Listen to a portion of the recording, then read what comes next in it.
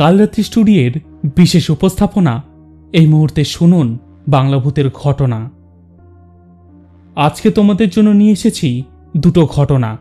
প্রথম ঘটনাটি সোনাখালী স্টেশনের সত্যিকারের ঘটনা। এটি পশ্চিমের হুগলি জেলার প্রত্যন্ত গ্রাম সোনাখালীর একটি পুরনো পরিত্যক্ত স্টেশনকে ঘিরে ঘটে যাওয়া এক রহস্যময় কাহিনী। এবং দ্বিতীয় ঘটনাটি রায়চৌধুরী বাড়ির অভিশপ্ত আয়না। এই দুটো ঘটনা একদম এক্সক্লুসিভ হতে চলেছে এবং ওনারা জানিয়েছেন কোনো নাম বা কোনো রকম চেনা যায় এমন কোনো জায়গার নামও উল্লেখ করেননি, আর করলেও অন্য নাম ব্যবহার করেছেন। ওনারা চান না ওনার পরিচয় কেউ জানুক। তো বেশি দেরি না করে শুরু করছি আজকের প্রথম ঘটনা, সোনাখালীর শেষ লোকাল ট্রেন।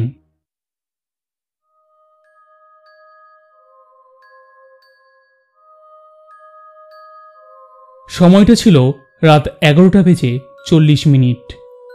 কার্তিক মাস, চারিদিকে হালকা কুয়াশার চাদর। সোনাখালী স্টেশন লোকাল ট্রেনের রুটে একেবারে শেষ প্রান্তে। এই স্টেশনে রাতে কেবল একটি ট্রেন থামে, 11:45 শেষ লোকাল ট্রেন, যা যাত্রীদের কাছে ভুতুরে ট্রেন নামে পরিচিত। কারণ এই ট্রেনের একটি বগিতে নাকি যাত্রা হন কেবল তারা যারা স্টেশনের যাত্রী নয়। সেই রাতে প্ল্যাটফর্মে দাঁড়িয়েছিল কেবল দুজন মানুষ।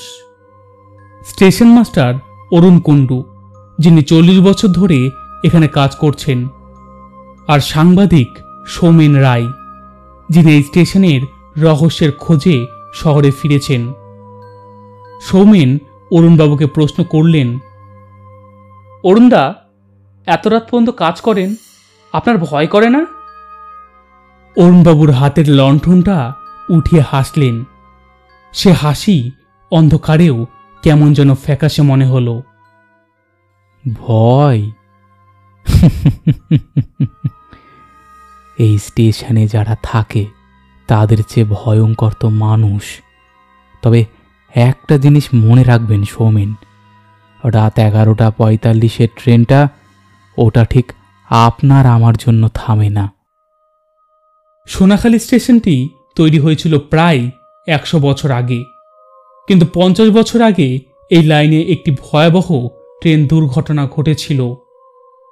ইঞ্জিন এবং প্রথম 3টি বগি লাইনচ্যুত হয়ে যায়। শোনা যায় অন্তত 50 জন মানুষ মারা যায়। দুর্ঘটনাটি ঘটেছিল ঠিক রাত 11:45 দিকে, যেখানে এখন শেষ লোকাল ট্রেনটি থামে। দুর্ঘটনার পর থেকেই স্টেশনটিতে নানা রকম অস্বাভাবিক ঘটনা ঘটতে শুরু করে। এক রাতে পুরনো রেকর্ড রুমে হাঁটতে গিয়ে অরুণবাবু একটি ছেঁড়া ডায়েরি খুঁজে পান। সেটিতে ছিল দুর্ঘটনার দিন ডিউটিতে থাকা এক গার্ডের ডায়েরি। শেষ পাতায় লেখা ছিল, ওরা আমাকে দেখেছে, 11টার পর প্ল্যাটফর্মে হাঁটার শব্দ আসে, অথচ কেউ নেই। ওরা টিকিট চায় না, ওরা শুধু ফিরে যেতে চায়। নির্দিষ্ট সময় রাত 11:45 শেষ লোকাল ট্রেনটি প্ল্যাটফর্মে প্রবেশ করল। ট্রেনের আলোগুলো অদ্ভুত মতো ম্রিয়মান। ট্রেনটি যখন অরুণবাবু ও সৌমেনের সামনে দিয়ে যাচ্ছিল, তখন তারা একটা জিনিস লক্ষ্য করলেন। পেছনে 3য় বগিটি সম্পূর্ণ অন্ধকার। অন্য বগিতে 2-1 ঘুমন্ত বা ঝিমিয়ে থাকা যাত্রী দেখা গেলেও এই বগিটির জানালায় কোনো মুখ দেখা যাচ্ছিল না। অরুণবাবু ফিসফিস করে বললেন, ওই দেখুন 3য় বগি, ওটা সব সময় খালি থাকে, কিন্তু ভেতরের ভিড়টা আপনি দেখতে পাবেন না। সোমেন সাহস করে বগিটির দিকে স্থির চোখে তাকালেন। কুয়াশা ও কাচের ধোঁয়ার কারণে ভেতরে কিছু দেখা যাচ্ছিল না, কিন্তু হঠাৎই এক মুহূর্তের জন্য সৌমেন অনুভব করলেন যে বগিটির ভেতরে সরাসরি বসা কয়েকটি অস্পষ্ট ছায়া তার দিকে এক দৃষ্টিতে তাকিয়ে আছে। সেই ছায়াদের কোনো মুখ ছিল না, কেবল শূন্যতার প্রতিচ্ছবি।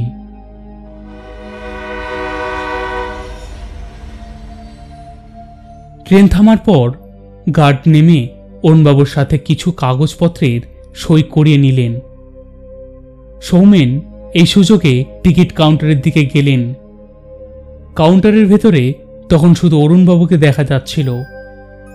হঠাৎই কাউন্টারের কাচের ওপর বাইরে থেকে যেন কেউ টোকা দিল। অরুণবাবু চমকে উঠলেন। তিনি তাড়াতাড়ি বাইরে এসে চারিদিকে টর্চের আলো ফেললেন। কেউ নেই। কি হলো অরুণদা? জিজ্ঞেস করলেন সৌমেন। প্রতি রাতে 11:45 ট্রেন থামার মিনিট দুয়েক পরই কেউ একজন টিকিট চাই। অরুণবাবুর গলা কাঁপছিল। আমি কাউন্টারে থাকি, কিন্তু বাইরে কেউ থাকে না। গত সপ্তাহে এই টোকা দেওয়ার পর একটা পুরনো 10 পয়সার কয়েন কাউন্টারের স্লটে এসে পড়েছিল। জং ধরা 50 বছর আগের কয়েন। অরুণবাবু দ্রুত ভেতরে গিয়ে কয়েনটি সৌমেনকে দেখালেন। এটি ছিল সেই সময়ের যখন দুর্ঘটনাটি ঘটেছিল। অরুণবাবু বিশ্বাস করেন এই আত্মাগুলো ট্রেনের টিকিট কেটে তাদের গন্তব্যে পৌঁছাতে চায়, আর সেই কারণেই এই স্টেশনে ট্রেন থামে। পরের দিন সকালে সৌমেন সোনাখালী স্টেশনের পূর্ব দিকের লাইন ধরে একটি পুরনো পুকুরের কাছে গেলেন। এই পুকুরটির নাম কঙ্কাল দিঘি। দুর্ঘটনাটি এখানে ঘটেছিল। লাইনচ্যুত বগিগুলো এই পুকুরের পাড়েই ছিটকে পড়েছিল। পুকুরটির জল ঘোলাটে, চারিদিকে লম্বা ঘাস। স্থানীয়রা বলেন দুর্ঘটনার পর এখানে বহু মৃতদেহ উদ্ধার করা যায়নি, তারা জলের নিচেই রয়ে গেছে। সৌমেন ক্যামেরা অন করে পুকুর পাড়ের দিকে হাঁটতে শুরু করলেন। তখনই তিনি একটি করুণ মহিলার কণ্ঠে ফিসফিসানি শুনতে পেলেন, যেন কেউ সাহায্য চাইছে। জল জল, আমার শ্বাস। সৌমেন থমকে গেলেন। চারিদিকে শুধু পাখির ডাক, কিন্তু মানুষের কোনো চিহ্ন নেই। তিনি পুকুরের দিকে চোখে দেখলেন। জলে কিছু দেখা যাচ্ছে না, শুধু তার নিজের প্রতিচ্ছবি। হঠাৎ জলের মধ্যে তার প্রতিচ্ছবিটি যেন কেঁপে উঠল, এবং তার পাশে আরেকটি মুখ ভেসে উঠল। এক ভেজা চুলের মহিলার মুখ, যার চোখ দুটো যেন ভয়ঙ্কর যন্ত্রণায় বিস্ফারিত।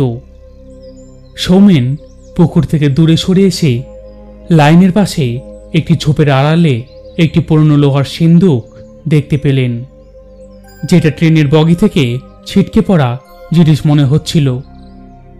সিন্দুকটি খোলা এবং ভেতরে কিছু নেই, শুধু স্যাঁতসেঁতে নরম কাদা। সৌমেন সেটির ছবি তুলছিলেন। তখনই তিনি দেখতে পেলেন দূরে একটি সরু রাস্তা ধরে এক বৃদ্ধ দ্রুত হেঁটে যাচ্ছেন। বৃদ্ধের পরনে পুরনো আমলের সাদা ধুতি পাঞ্জাবি। তার পিছু পিছু সৌমেন এগিয়ে গেলেন। বৃদ্ধ মানুষটি গ্রামের দিকে না গিয়ে গভীর জঙ্গলের দিকে দ্রুত চলে গেলেন। সৌমেন তাকে দেখতে পেলেন একদম একা। তিনি এক পলকে পেছনে না তাকিয়ে হাঁটছেন। সাংবাদিক হিসেবে তিনি ছবি তুলতে পিছু নিলেন। জঙ্গলের ভেতরে প্রায় 200 মিটার যাওয়ার পর বৃদ্ধ হঠাৎ একটি পুরনো আমলের কাছে গিয়ে থমকে দাঁড়ালেন। তিনি গাছটিকে প্রণাম করলেন এবং সেখানে একটি তামার থালা রেখে দিলেন। পর মুহূর্তে সৌমেন যখনই তার ক্যামেরার লেন্স জুম করলেন, তখনই সেই বৃদ্ধ মানুষটি মুহূর্তের মধ্যে হাওয়া হয়ে গেলেন। সৌমেন সেখানে দাঁড়িয়েছিলেন। সেখানে কেবল পুরনো আম গাছ আর তামার থালাটি পড়েছিল। সৌমেন যখন থালাটি তুলে নিলেন, তখন তার হাতের উপর যেন জলের ফোঁটা পড়ল। অথচ মেঘ ছিল না, বৃষ্টি পড়ছিল না। সৌমেন দেখলেন সেটা জল নয়, রক্তের মতো ঘন তরল। পরের রাতে সৌমেন আর অরুণবাবুর কাছে ফিরে গেলেন। সমস্ত প্রমাণ, কয়েন, পুরনো ডায়েরি, পাতা আর তামার থালার কথা খুলে বললেন। অরুণবাবু কিছুক্ষণ চুপ থেকে বললেন, আমি জানতাম আপনি একদিনের গভীরে যাবেন।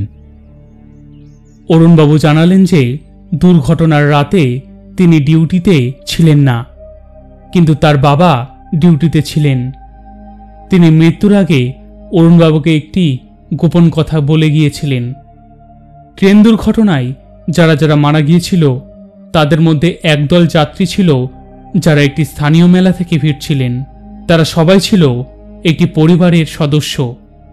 তারা সেই বগিতেই ছিল যারা এখন খালি থাকে। তাদের মধ্যে একজন বৃদ্ধ ছিল, যিনি ছিলেন গ্রামের লোক। তিনি তার পরিবারের সকলকে নিয়ে ফিরছিলেন।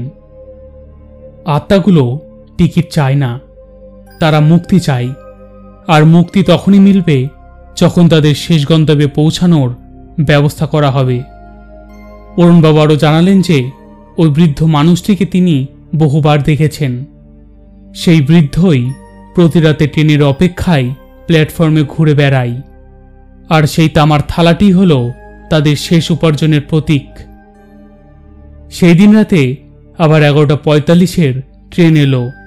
ট্রেন যখন প্ল্যাটফর্মে থাকল তখন সৌমেন এবং অরুণবাবু একটি অদ্ভুত কাজ করলেন। অরুণবাবু সাহস করে তৃতীয় অন্ধকার বগিটির দরজার সামনে গেলেন। সৌমেন টর্চ হাতে তার পেছনে। অরুণবাবু দরজায় দাঁড়িয়ে চিৎকার করে বললেন, আপনারা টিকিট কেটেছেন? আপনারা কি মুক্তি পাওয়ার যোগ্য? এবার শান্তিতে গন্তব্যে যান। সোনাখালি আর আপনাদের ঠিকানা নয়। এই কথাগুলো বলার সাথে সাথে সেই অন্ধকার বগিটি থেকে একটি শীতল শোষো বাতাস যেন তাদের পাশ কাটিয়ে বেরিয়ে গেল। প্ল্যাটফর্মের পরিবেশ মুহূর্তেই ঠান্ডা হয়ে গেল। ট্রেন যখন চলতে শুরু করল, সৌমেন শেষবারের মতো সেই অন্ধকারের বগিটির দিকে তাকালেন। সেখানে এবারও কোনো ছায়া ছিল না। বগিটি এবার সত্যি খালি মনে হলো, যেন তার ভেতরের সমস্ত যাত্রী তাদের চিরন্তন গন্তব্যে পৌঁছে গেছেন। সোনাখালী স্টেশনের রহস্যময়তা সেই দিন থেকেই কমতে শুরু করে। এরপর থেকে 11:45 ট্রেনটি এলেও আর কেউ টিকিট কাউন্টারে টোকা দেয় না, আর কঙ্কাল দিঘির পাড়ে কোনো করুণ কান্না শোনা যায় না। এই ছিল প্রথম ঘটনা। এবার সরাসরি চলে যাচ্ছি দ্বিতীয় ঘটনা, রায়চৌধুরী বাড়ির অভিশপ্ত আয়না। কলকাতা থেকে সামান্য দূরে শান্তিনিকেতনের কাছাকাছি একটি পুরনো বাড়ি কিনেছিলেন সদ্য অবসরপ্রাপ্ত শিক্ষিত অশোক রায়চৌধুরী। পুরনো হলেও বাড়িটি বিশাল স্থাপত্য আর পেছনে আমবাগান দেখে তার স্ত্রী মমতা দেবী মুগ্ধ হয়েছিলেন। বাড়িটির নাম ছিল নিরাপদ নিবাস, যদিও সেখানে মোটেও কোনো নিরাপদ ছিল না। বাড়িতে প্রবেশের পরদিনই মমতা দেবীর লক্ষ্য করলেন বসার ঘরের এক কোণে একটি অস্বাভাবিক বড় ফ্রেম ভাঙা আয়না পড়ে আছে। আয়নাটির কাচ কিছুটা ঘোলাটে, কিন্তু তার কারুকাজ করা। কাঠের ফ্রেমটি ছিল অদ্ভুত সুন্দর। কাজের লোক বিদায় নেওয়ার পর তারা জানতে পারলেন আগের মালিক আয়নাটিকে অশুভ মনে করে ফেলে রেখে গেছেন। অশোকবাবু পুরনো জিনিসের প্রতি দুর্বল ছিলেন। তিনি আয়নাটিকে যত্ন করে পরিষ্কার করে সেটিকে শোবার ঘরের উত্তর কোণে টাঙিয়েছিলেন। তার স্ত্রী মানা করেছিলেন, বাস্তুমতে শোবার ঘরের আয়নাটা থাকা শুভ নয়, কিন্তু অশোকবাবু হেসে উঠেছিলেন। প্রথম রাত থেকে শুরু হলো অস্বাভাবিকতা। মমতা দেবী প্রায় অভিযোগ করতেন যে তিনি যখন আয়নার সামনে দাঁড়ান তখন তার প্রতিচ্ছবিতে তিনি 1 সেকেন্ডের জন্য অন্য কিছু দেখতে পান। একদিন রাতে অশোকবাবু জেগে উঠলেন প্রচণ্ড ঠান্ডায়। দেখলেন মমতা দেবী ঘুমিয়ে আছেন, কিন্তু আয়নার ভিতরে থাকা তার প্রতিচ্ছবিটি বিছানার দিকে চেপে আসছে। অশোকবাবু ধীর পায়ে উঠে আয়নার সামনে গেলেন। তার নিজের প্রতিচ্ছবি দেখে মনে হলো প্রতি ছবিটি যেন গভীর এক বিষণ্ণ নিয়ে তার দিকে তাকিয়ে আছে। তিনি তাড়াতাড়ি বাতি জ্বালিয়ে দিলে সেই ভ্রম উধা হয়ে গেল। ঘটনাটা যখন চরম পর্যায়ে পৌঁছালো, ঘরের ভেতরের জিনিস আপনা আপনি ভেঙে যেতে শুরু করলো, আর গভীর রাতে কান্নার শব্দ শোনা যেতে লাগলো। তখন রায়চৌধুরীর দম্পতি একজন পরিচিত বাস্তু ও পরাবাস্তব বিশেষজ্ঞকে ডাকলেন। বিশেষজ্ঞ এসে পুরো বাড়ি ঘুরে দেখলেন এবং শোয়ার ঘরে ঢুকেই থমকে গেলেন। তিনি সোজা আয়নাটির সামনে দাঁড়িয়ে চোখ বন্ধ করে কিছুক্ষণ নীরব থাকলেন। এরপর তিনি যা বললেন তা শুনে দুজনের শরীর হিম হয়ে গেল। বাস্তুদোষ। এই কোণে আয়না থাকাটা অত্যন্ত অশুভ। এই ঘরের ভেতরের শক্তিকে বিকৃত করছে এবং একটি নেতিবাচক পোর্টাল তৈরি করছে। এই আয়নাটি শুধু কাচের টুকরো নয়, এর সঙ্গে পুরনো মালিকের পরিবারের এক মর্মান্তিক ঘটনা জড়িয়ে আছে। এই বাড়িতে এক যুবতী আত্মহত্যা করেছিলেন এবং তার মৃত্যুর শেষ দৃশ্যটি এই আয়নার মধ্যেই আটকে আছে। আত্মহত্যাকারী সেই যুবতীর আত্মা এই আয়নার মাধ্যমে বাড়ির জীবন শক্তি শোষণ করছে। বিশেষজ্ঞ পরামর্শ দিলেন যে এই আয়নাটিকে সাধারণ জিনিস মনে করে ঘরের বাইরে বের করা যাবে না। এটিকে অবশ্যই একটি বিশেষ মন্ত্রপুত কবজে মুড়ে সূর্য ডোবার আগেই গ্রামের বাইরে কোনো পুরনো অশ্বত্থ গাছের নিচে মাটির গভীরে পুঁতে ফেলতে হবে। বিশেষজ্ঞের নির্দেশ মতো কাজটি করা হলো। আয়নাটির কাগজ দিয়ে মোড়ার সময় মমতা দেবী একবার কাপড়ের ফাঁক দিয়ে ভেতরে তাকিয়েছিলেন। তার মনে হলো যেন আয়নার ঘোলাটে কাচের ওপারে কেউ একজন তাকে করুণ দৃষ্টিতে দেখছে। আয়নাটিকে পুঁতে ফেলার পর সেই দিন থেকেই নিরাপদ নিবাসে শান্তি ফিরে এলো। আর কোনো শব্দ বা ছায়া সেই বাড়িতে দেখা যায়নি। রায়চৌধুরীর দম্পতি নিশ্চিত হয়েছিল যে তাদের বাড়িতে ঘটে যাওয়া সেই ভয়ঙ্কর ঘটনাটি নিছক কল্পনা নয়, তা ছিল এই অভিশপ্ত আয়নার ফাঁদ। এরপর যারা বাড়ি বেঁচে গিয়েছিল তাদের সাথে কন্ট্যাক্ট করার চেষ্টা করলে তারা কোনো মতেই তাদের সাথে কোনো কন্ট্যাক্ট রাখেনি এবং আজ পর্যন্ত তারা কোনো কন্ট্যাক্ট করার চেষ্টাও করেনি। ভাই, আমি আমার পরিচয় দেব না, কারণ অসুবিধা আছে। আমি চাই না আমার পরিচয় কেউ জানুক, কারণ আমি ইতিমধ্যে বাড়ি বিক্রয় করার চেষ্টা করছি পার্সোনাল অসুবিধার জন্য। তোমার যদি ভালো লাগে অবশ্যই জানিও, আমি অপেক্ষায় থাকব।